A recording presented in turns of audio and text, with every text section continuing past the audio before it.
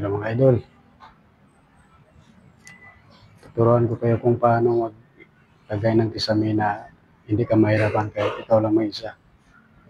Una, gagawa ka muna nito ng parang frame. Ito,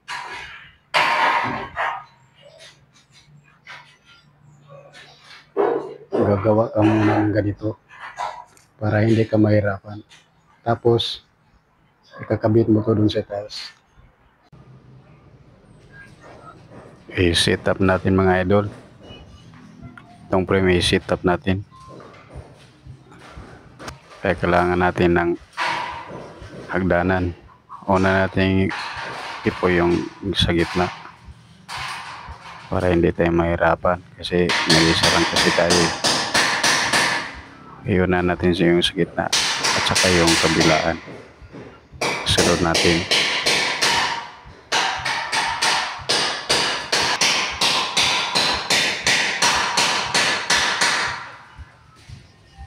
Kaya tapos na. Saka ipatong natin doon sa sa hagdanan yung dulo ng frame.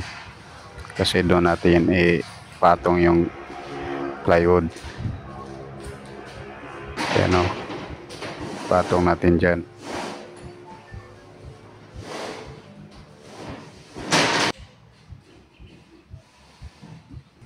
At saka natin iangat doon sa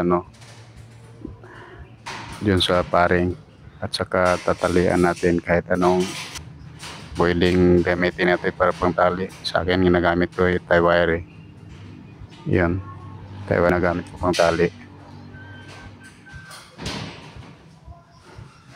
At saka lalagyan natin ng kalso. Hindi talaga yun ma-fix doon sa yung sa paring natin. Kaya kailangan natin ng kalso. At saka natin i-rivets. Hindi natin final pag-rivets.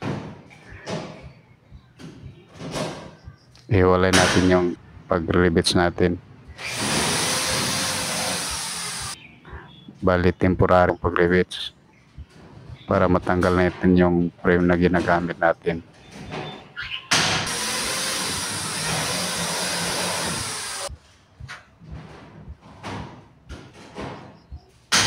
Pag matapos natin yung saka natin tanggalin yung frame na ginamit natin para pang hawak doon sa plywood. Kasi sa gabal kasi yun pag pag mayroon pang frame. Kaya bago natin i-final yung mga rivets, tanggalin muna natin yung frame na ginagamit natin.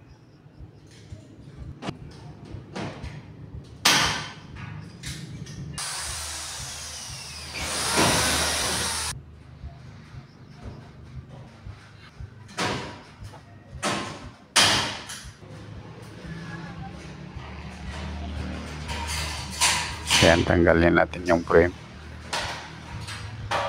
Ayan, nagdaglaga na yung kinalso natin. Karton kasi yung kinalso ko Ayan.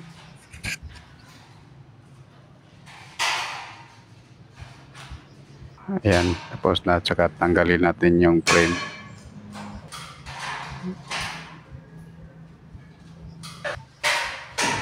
Unang kabilaan, tanggalin natin bago yung sa gitna kasi para hindi tayo mahirapan.